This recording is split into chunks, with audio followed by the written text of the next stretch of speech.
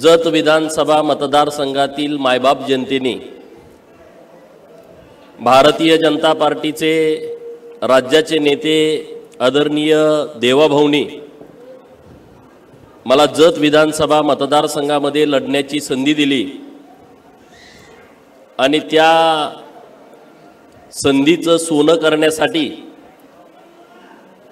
मला जत विधानसभा मतदारसंघातील मायबाप जनतेने जवळपास 39,000च्या फरकाने विधानसभेमध्ये पाठवून दिलं। म्हणून खानापूर विधानसभा मतदारसंघामध्ये विशेषतः विटा आणि खानापूर तालुक्यातील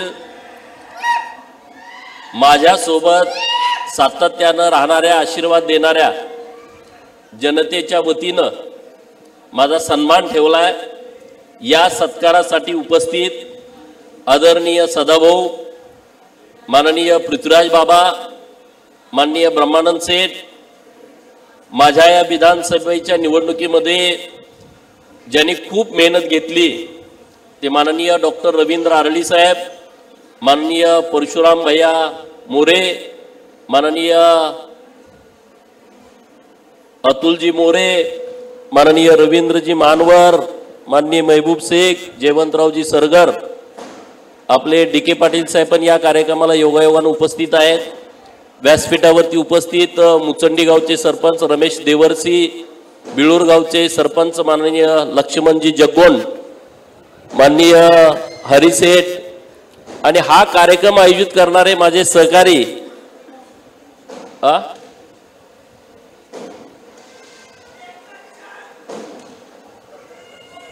माननीय पंकज भैया, माननीय आपल्या अगस्तीनगरचे सरपंच, उपस्थित सर्व आपल्या भाजपाचे नेते माननीय संदीप भैया ठोंबरे, माणिक काका, डॉक्टर प्रमोद भारती, संतोष काका, निलेश पाटील, सगळीच आता टीम आहे। नावं कुणाची घ्यावी आणि कुणाची राहावं तर आपल्या गोटीचे सरपंच आहेत सचिन कदम, मोहीचे युवा सरपंच आहेत सुनील खंदारे भैया, आपल्या जाधवनगरचे सरपंच, बरीच मंडळी इथं उपस्थित आहेत।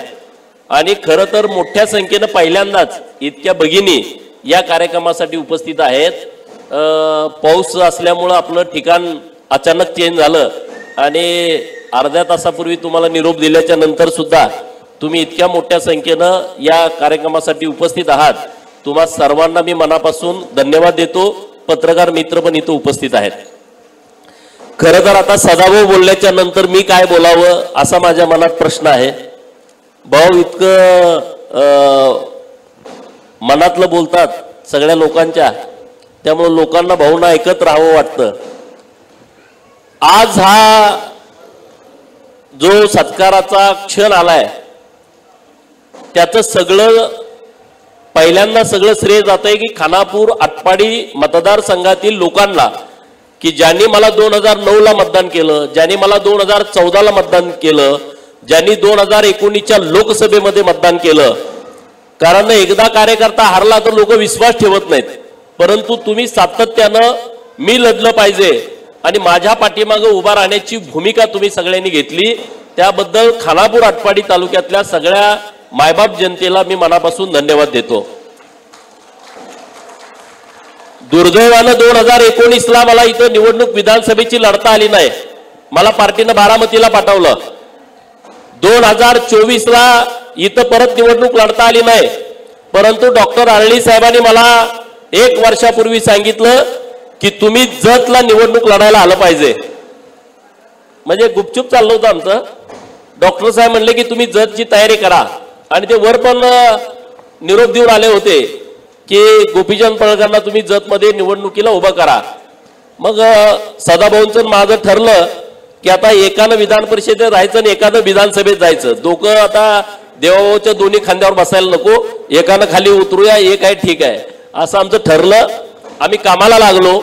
जत विधानसभा मतदारसंघामध्ये मी आमदार होण्यापूर्वी शेकडो कोटी रुपयाचा निधी हा जत मतदारसंघासाठी आम्ही आणण्यामध्ये यशस्वी झालो आणि त्याच्याबरोबर खानापूरला पण आम्ही निधी दिला। खानापूर आटपाडीला प्रत्येक गावामध्ये काम करण्याचा आम्ही प्रयत्न केला आम्ही काही इथं आमदार नव्हतो, विधान परिषदेच्या आमदाराला काही मर्यादा असतात, परंतु सदाभाऊ आणि मी आणि देवाभाऊंचा आशीर्वाद असल्यामुळं मोठ्या प्रमाणामध्ये निधी जत मतदारसंघामध्ये खानापूरला, आटपाडीला, विसापूर सर्कलला आणण्यामध्ये आम्ही यशस्वी झालो आणि लोकांनी आम्हाला विकासाच्या दृष्टिकोनातून बघितलं आणि जतच्या लोकांनी मला इतकं मतदान दिलं, इतकं प्रेम दिलं इतक्या कमी वेळामध्ये, कारण पार शेवटच्या दिवसापर्यंत आम्हाला तिकीट मिळणार की न मिळणार अशी प्रचंड शासनता लोकांच्या मध्ये होती, मीडियामध्ये होती, पेपरमध्ये ते छापून येत होतं, सोशल मीडियामध्ये, व्हॉट्सअपवरती, फेसबुकवरती हे सातत्यानं सुरू होतं आणि भूमिपुत्र आणि बाहेरचा, घरचा आणि बाहेरचा असा एक विषय खूप गाजला होता आणि टीव्हीला सारखं तेच सुरू होतं की गोपीचंद पडळकर बाहेरचा आहे, त्याला भाजपचाच मोठा विरोध आहे आणि त्यामुळे ज्या काही सर्वे करणाऱ्या कंपन्या होत्या त्यातले एक दोघं माझ्या होते विरोधातले होते, ते पण माझ्या निगेटिव्हच रिपोर्ट द्यायची वरपर्यंत की गोपीचंद निवडून येणार नाही, निवडणुकीला उभा राहिल्यानंतर पण मला अजिबात काळजी वाटत नव्हती की जत मतदारसंघामध्ये आपल्याला जिंकायला काही अडचण आहे, कारण तिथली लोक इतकी परिवर्तनवादी आहेत आणि त्यांना चांगला आणि वाईट लगेच कळतंय आणि त्यांनी मला इतकं प्रेम दिलं होतं, गावात गेल्यानं लगेच कळतं ना काय चाललंय, गावात आपला गाव भेटीचा दौरा आहे, कळून जातं काय चाललंय गावामध्ये, लोकांनी भरभरून दिलं. त्यामुळं माझी जबाबदारी आहे जत विधानसभा मतदारसंघामध्ये ज्या विश्वासानं तिथल्या मायबाप जनतेने मला आमदार म्हणून निवडून दिलंय त्या तालुक्याचा संपूर्ण कायापालट करणं ही माझी जबाबदारी आहे, हे माझं प्राथमिकता आहे आणि मी ती पूर्ण करणार आणि जतचा कायापालट करण्यासोबत खानापूर आटपाडीला सुद्धा त्याच ताकदीनं तुमच्या पाठीमागे उभा राहणार, कारण मी रोज दिवसभर जतला असतो, मुक्कामी जऱ्याला असतोय, तुम्हाला माहित आहे मी रात्री 2ला येतो, सकाळी 9ला परत जतला जातो, माझा रोजचा दिनक्रम आहे, बरोबर ना डॉक्टर साहेब. जतवाले मला उभा राहताना म्हणत होते तुम्ही राहायला जतला कधी येणार, पण मी निवडून आल्यानंतर माझा एक पण सहकारी म्हणला नाही की तुम्ही कधी, मी रोज जतलाच आहे, मी आता जत बंद इथं आलोय, उद्या सकाळी 10ला परत माझ्या जतला बैठका सुरू आहेत, त्यामुळे चिंता करू नका. खानापूर आटपाडीमध्ये काही अडचण येणार नाही, काही काळजी करू नका, विकासाच्या बाबतीमध्ये तुम्हाला काही कमी पडणार नाही. मी तुम्हाला शब्द देतोय, मी विधान परिषदेचा आमदार असताना जो निधी तुम्हाला मिळत होता, मी जतच्या विधानसभेचा आमदार असताना सुद्धा तुम्हाला तो निधी मिळणार. जतवाल्यांनी डाऊट घ्यायचं कारण नाही, आमचा देणार आहेत का, जतला जो मिळणार आहे त्याच्या दुप्पट जतला मिळवणार आणि परत इकडे निधी देणार, त्याबद्दल काही काळजी करायचं कारण नाही. कारण सदाभाऊ मी आहे, सदाभाऊचा फंड पण आपण वापरतोय ना सगळीकडे. आता डॉक्टर आळी साहेबांची आम्हाला एक आशा होती 1वर 2 फ्री असा प्रकार होता, परंतु ते आज झालं नाही. बाबा आणखी आहेत, 2 जण विधान परिषदेचे उमेदवार व्यासपीठावरती आहेत, त्यामुळं राजकारणामध्ये या गोष्टी घडत राहतात. परंतु आता आपल्याला पूर्णपणे जत मतदारसंघाबरोबर खानापूर आणि आटपाडीत सुद्धा विकासाच्या दृष्टिकोनातून काम करायचं आहे. माझा सत्कार इथं केला की शिवाजी विद्यापीठाचं उपकेंद्र खानापूरला आलं. मित्रांनो, ह्याचं श्रेय सगळं खानापूर गावातल्या आणि त्या सगळ्या आसपासच्या वाड्या वस्तीच्या लोकांना जातं, कारण त्यांनी याची एक चळवळ उभा केली. सगळ्या आमदारांनी त्यासाठी प्रयत्न केला असेल, हे श्रेय घेण्याचा अजिबात विषय नाही, मला ते घ्यायचं पण नाही.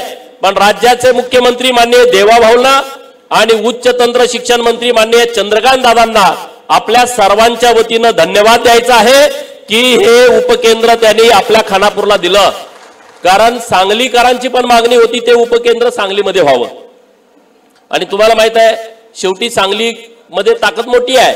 आम्ही त्यांना विनंती केली की बाबांनो, सांगली हे कोल्हापूर पासून फक्त 50 किलोमीटरवरचं शहर आहे.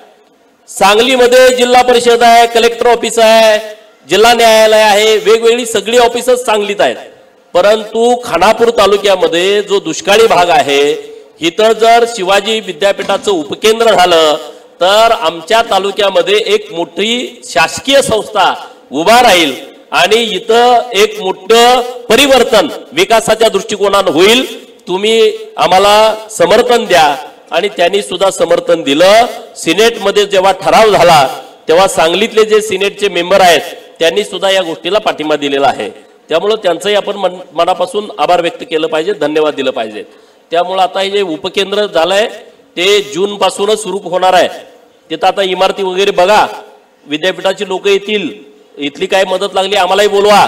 आता पहिल्यांदा भाड्यानं इमारत घेऊन तात्काळ उपकेंद्र सुरू करण्याच्या सूचना माननीय चंद्रकांत दादांनी दिलेल्या आहेत. चंद्रकांत दादांचा एक सत्कार आपल्याला खानापूरला घ्यायचा आहे. दादांच्याकडे मी वेळ मागितलेली आहे. पुढच्या रविवारी किंवा त्याच्या पुढच्या रविवारी आपल्याला ती वेळ मिळेल. त्यांचा एक उचित सन्मान आपल्या खानापूर तालुक्याच्या वतीनं, आटपाडी तालुक्याच्या वतीनं आणि प्रॉपर खानापूर शहराच्या लोकांच्या वतीनं आपण त्यांचा एक सन्मान करायचा आहे. तोही कार्यक्रम आपल्याला येत्या काही दिवसामध्ये घ्यायचा आहे. आता 146 कोटी रुपये दिलेत पहिल्या टप्प्यामध्ये. मग बघा आता हे केवढं मोठं स्ट्रक्चर उभा राहणार आहे. 146 कोटी, 100 एकराच्या वर जमीन आहे आणि सगळ्या तालुक्यातल्या लोकांना एक सेंटर प्लेस आहे. आमचं काय बाबा चुकीचं म्हणणं नव्हतं. खानापूर आटपाडीला जवळ आहे, जतला जवळ आहे, कवटेमकाळला जवळ आहे, तासगावला जवळ आहे, इकडे कडेगावला जवळ आहे, पलूसवाल्यांना जवळ आहे, इकडं सातारा जिल्ह्यातलं मान असेल, खटाव असेल, कोरेगाव असेल, कराडचा काही भाग असेल त्यांना जवळ आहे. आणि नॅशनल हायवेवरचं गाव असल्यामुळं आपली जी मागणी होती ती व्यावहारिक मागणी होती, नैतिकतेला धरून होती आणि ती आता सरकारनं मान्य केलेली आहे. आता दुसरा विषय पंकज भाईंनी काही विषय तर मांडले की इथले जे यंत्रमागवाली लोक आहेत त्यांचे काही विषय आहेत, तर ते विषय सोडवण्याच्या दृष्टिकोनातून मी स्वतः माननीय देवाभाऊंना भेटेन, त्यांच्याकडे विनंती करेन, बैठक लावण्याचा प्रयत्न करेन आणि तशी जर बैठक झाली तर निश्चितपणे त्यातून काहीतरी मार्ग निघेल. आता मला गलाई बांधव भेटले, पृथ्वीराज बाबा, सदाभाऊ, आम्ही सगळे गेस्ट हाऊस वरती होतो आणि तिथं सगळे आपले दुकानदार सेट येऊन भेटले. ते काय म्हणले, 27 मेला आम्ही देशातल्या सगळ्या गलाई बांधवांचा कार्यक्रम आम्ही विट्यात ठेवतोय आणि तुम्ही त्या कार्यक्रमाला या. मी त्यांना विनंती केली, तुम्ही विट्यात कार्यक्रम ठेवू नका, तुम्ही आपल्या गलाई बांधवांचा कार्यक्रम हा दिल्लीमध्ये ठेवा, आपण तिथं कार्यक्रम घेऊया आणि माननीय मुख्यमंत्री देवाभाऊंना त्यांच्या कानावरती हा विषय घालून आपण अमित भाई शाह हे त्या कार्यक्रमाला कसे येतील असा प्रयत्न आपण करूया आणि देशातले सगळे 10-15 हजार दुकानदार हे एकदा दिल्लीमध्ये गोळा करू आणि दुकानदारांच्या साठी केंद्र सरकारकडून काय मदत घेता येते ते आपण करू ना. म्हणजे विट्यात आता कार्यक्रम घ्यायची गरज नाही, विधानसभेची निवडणूक झाली आहे, आता काय नाही आहे, लोकसभेची पण निवडणूक नाही, विधानसभेची पण निवडणूक नाही, विट्यात कार्यक्रम घेऊन काही उपयोग होणार नाही अशी त्यांना विनंती केलेली आहे.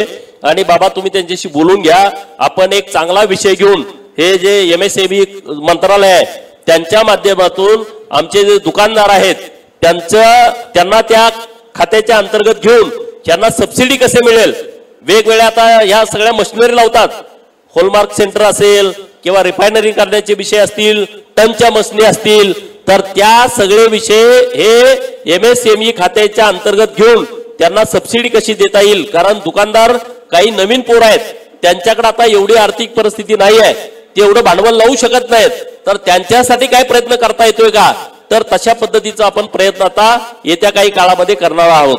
आणि त्यामुळं आता सदाभाऊनी काही विषय तर मांडले व्यासपीठावरती. सदाभाऊ हे माझ्या पाठीमागं एकदम असं हिमालयासारखे नेहमी उभा राहतात. मला आनंद या गोष्टीचा आहे. मी आणि सदाभाऊ यांना शोधत लोक येते आम्हा दोघांना, आम्हाला कुणाकडे जायचं गरज लागत नाही. काय काय लोकांना वाटतं ह्यांच्या जवळची माणसं फोडल्यावर ही जरा डिस्टर्ब होती, आम्ही डिस्टर्ब होत नाही. आम्ही कार्यकर्ते तयार करतोय, एखादा दुसरा कार्यकर्ता गेला त्यांना आमचं पटलं नाही, आम्ही चिंतेत राहत नाही, नवीन नवीन आम्ही तयार करत राहतोय आणि आम्हाला लोक शोधत येत आहेत. हे काय कुठं जर नाही काम झालं तर हे गोपीच्या सदाभाऊकडे गेलं तर 100% काम होतंय याची खात्री महाराष्ट्रातल्या लोकांना आहे.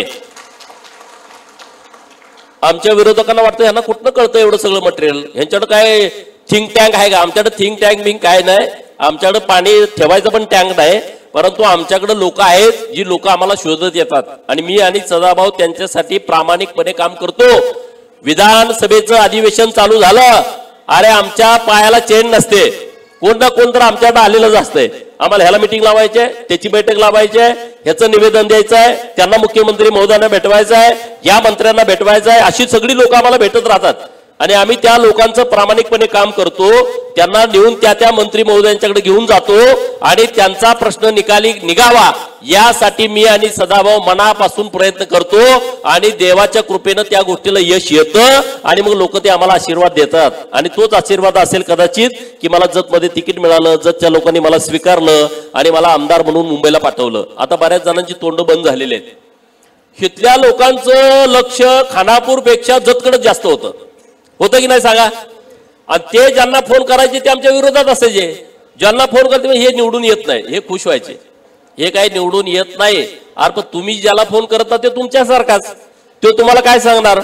परंतु तिथली गरीब लोक आमच्या बरोबर होते ना आणि म्हणून तिथल्या लोकांनी आम्हाला इतकं भरपूर मतदान दिलं, भरपूर आशीर्वाद दिले.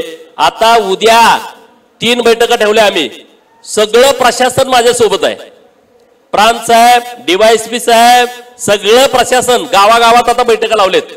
प्रत्येक जिल्हा परिषद गटातल्या लोकांना सांगितलं तुमचा प्रश्न काय, तुमच्या गावात सगळं प्रशासन घेऊन येतोय, तुमचा प्रश्न आणा, फक्त जागेवर सोडवून देतो, परत तिकडे कुठं जायचंच नाही तुम्ही. अशा 9 बैठका 3 दिवस सलग ठेवलेत. कुठं महाराष्ट्रात बैठका होणार नाहीत अशा पहिल्या बैठका आपण जतमध्ये ठेवलेल्या आहेत, सगळं प्रशासन सोबत घेऊन.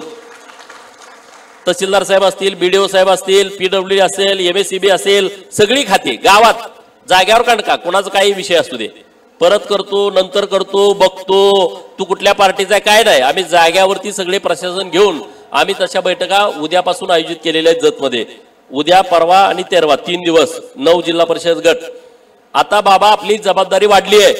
जिल्हा परिषदची निवडणूक येते, पंचायत समितीच्या निवडणुका येत आहेत, नगरपालिकेच्या निवडणुका झाल्या नाहीत आणि आता आपल्याला ताकदीनं भारतीय जनता पार्टी जिल्ह्यामध्ये निवडणुकीला आपल्याला सामोरं जायचं आहे. जयंतरावचं तळ्यात मळ्यात आहे, त्यांना कुठं जायचं अजून नक्की नाही, परंतु त्यांचा एक अजेंडा पक्का आहे. कुठं पण जाऊ दे, सदाभाऊ असतील, गोपीचंद असेल, पृथ्वीराज बाबा असतील, डॉक्टर असतील, यांच्या विरोधामध्ये ताकदीनं लढायचं. त्यांना गट नाही, पक्ष नाही, विचार नाही, काय नाही. पण आपण पण ठरवू, लोकांना सोबत घेऊन नवीन कार्यकर्त्यांना संधी देऊन आपण नगरपालिका, पंचायत समिती आणि जिल्हा परिषदच्या निवडणुका लढवू आणि सांगलीच्या जिल्हा परिषदवरती भारतीय जनता पार्टीचा झेंडा रोवू. आपण रवायचं ना. खानापूरमध्ये जिल्हा परिषद आणि पंचायत समिती लढवायची की नाही. ताकदीचे उमेदवार आपल्याला पण आहेत. असं तुम्ही काय लेचपेच आपल्याला गडी नाहीत. आपला आता इथं 2-4 गडी असं आहेत ना, कुणाला पण लोळवतील. आता नाव घेत नाही तुम्हाला, त्यांचं का नाव घेतलं. असे गडी आहेत तिथं खानापूरला पण. निवडणूक आपण ताकदीनं लढवायची, लोकांना सोबत घेऊन लढवायचं आहे. आपल्याला वैयक्तिक काही नको आहे. पंचायत समितीमध्ये, जिल्हा परिषदमध्ये परिवर्तन या तालुक्यामध्ये झालं पाहिजे. नवीन लोकांना संधी मिळाली पाहिजे, नवीन लोकांना उमेदवारी मिळाली पाहिजे आणि जे उमेदवार असतील त्यांच्या पाठीमागे आम्ही ताकदीनं उभा राहणार आहोत. त्यामुळे अजिबात चिंता करण्याचं कारण नाही. पंकज भाईयाचं, भारतीय वकील साहेबांचं, हे जी टीम आहे तुमची सगळी, त्यांचं मी विशेष अभिनंदन करतो की खानापूर तालुक्यामध्ये भारतीय जनता पार्टीची सभासद नोंदणीची जी मोहीम सुरू आहे त्यामध्ये 5000च्या वर सदस्य फक्त विटा शहरामध्ये. किती? 6500 सभासद नुसत्या विटा शहरामध्ये झालेत भारतीय जनता पार्टीचे सभासद. जोरदार टाळ्या वाजून आपण त्यांचं अभिनंदन करूया. ग्रामीण भागामध्ये त्याच ताकदीनं भाजप सदस्य नोंदणी झालेली आहे, सभासद नोंदणी. आता सक्रिय सदस्य आणि बूथ रचना सुरू आहे. डॉक्टर आर्ली साहेब मागच्या 5-6 दिवसापूर्वी येऊन गेले. त्यांनी कौतुक केलं विटा शहर भाजपाचं, त्यांनी कौतुक केलं खानापूर तालुका ग्रामीण भाजपाचं. परत आटपाडीची बैठक झाली. आटपाडी तालुक्यात पण खूप चांगल्या पद्धतीनं जयवंतराव आणि सगळ्या टीमनी खूप चांगल्या पद्धतीनं भाजपची सभासद नोंदणी केलेली आहे. त्यांचंही कौतुक केलंय. आता पुढच्या 8-10 दिवसामध्ये पदाधिकारी निवडी आहेत. निश्चितपणे ज्यांनी काम केलंय भारतीय जनता पार्टीचं प्रामाणिकपणे, अशा चांगल्या कार्यकर्त्याला संघटनेमध्ये स्थान मिळेल. चिंता करण्याचं कुणीही कारण नाही. आम्ही आता व्यवस्थितपणे त्याची रचना करतोय आणि तुमचा रिपोर्ट आम्ही व्यवस्थितपणे वर पाठवलाय. आणि रिपोर्ट पाठवायची गरज नाही, दिल्लीपर्यंत माहित आहे. इथं बसलेल्यांनी कुणी सभासद नोंदणी केली नावानिश्चित दिल्लीच्या ऑफिसमध्ये. मी खोटं बोलायची गरज नाही. आपल्याला पहिलं वाटत चला केलंय म्हणायचं, जाऊ दे आम्हीच केलंय म्हणायचं, 10,000 झाले, हा आम्ही केलंय. पण परत एके दिवशी यादी झाली.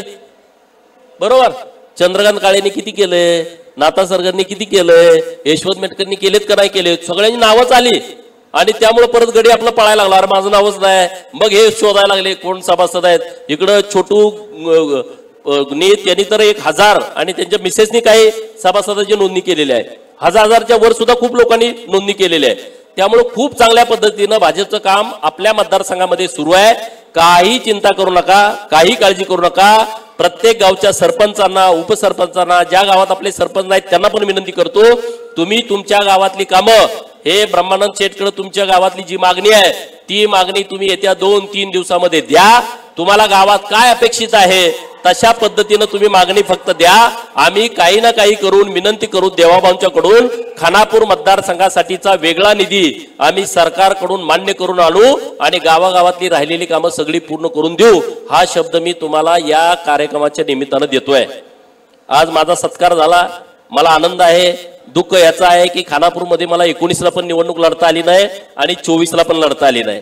पण त्याची काही चिंता नाही. आपण आता पुढे ताकदीनं आपण भारतीय जनता पार्टीची बांधणी या तालुक्यामध्ये आपण करू आणि व्यवस्थितपणे गरिबांची लोकांची कामं करायची आहेत.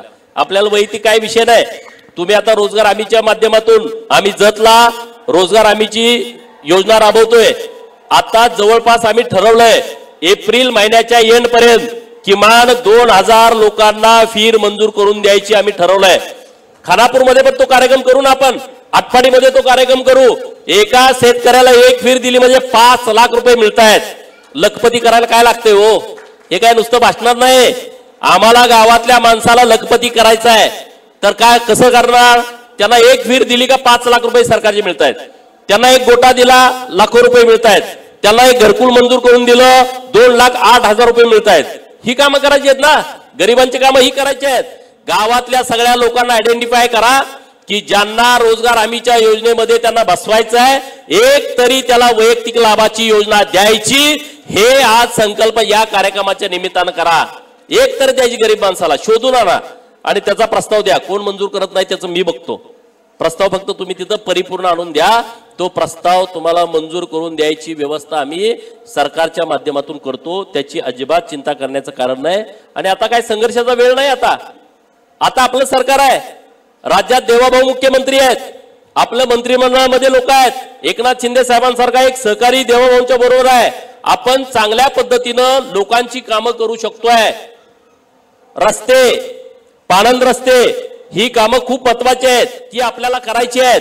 आणि त्यामुळे जी आता खानापूर तालुक्यामध्ये टीम तयार झाली आहे पंकज भाईच्या नेतृत्वाखाली, ती टीम खूप चांगली आहे. पंकज भाई पूर्ण वेळ काम करतायत. तुम्ही नाराज आणि काळजी करायचं अजिबात कारण नाही. तुम्ही जेव्हा जेव्हा कुठलंही काम घेऊन माझ्याकडे आलाय, ब्रह्मा शेटकडे आलाय, आम्ही तुमचं काम कुठलंही मागं पडू दिलं नाही. कुणावरती अन्याय होऊ दिला नाही आणि पुढे पण आम्ही अन्याय होऊ देणार नाही. काही चिंता करण्याचं कारण नाही. सदाभाऊ पण आहेत, पृथ्वीराज बाबा आता आपल्या जोडीला आहेत, डॉक्टर आरळी साहेबांसारखा माणूस आपल्या बरोबर आहे. तर आपली टीम एक खूप चांगली आपल्या मतदारसंघात आणि जिल्ह्यामध्ये तयार होते आणि जी पूर्ण वेळ भाजपाचं काम करते. भाजपाशिवाय आता देशाला पर्याय नाही. भाजपाशिवाय आता सांगली जिल्ह्याला पर्याय नाही.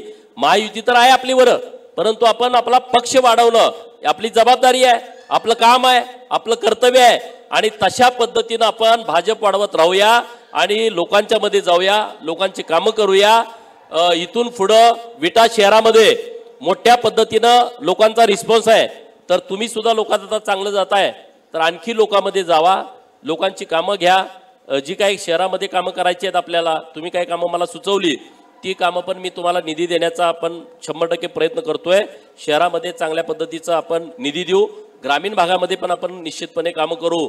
सदाभाऊ मी तुमच्या सोबत ठामपणे आहोत, काही चिंता करू नका. एवढंच या कार्यक्रमाच्या निमित्तानं बोलतो. एवढ्या मोठ्या संख्येनं माझ्या आता एक कार्यक्रम बाहेर असता तर माझा जास्त आली असती, जोरदार ती सभा झाली असती. पण असू द्या, पावसाच्या पण आपल्याला सगळ्यांना शुभेच्छा आहेत. त्यामुळं इथून पुढे सुद्धा आपण सगळेजण सक्रिय राहू एवढंच या निमित्तानं बोलतो. माझा सत्कार केला, सन्मान केला त्याबद्दल धन्यवाद देतो आणि थांबतो. धन्यवाद. यानंतर जत विधानसभा मतदारसंघातून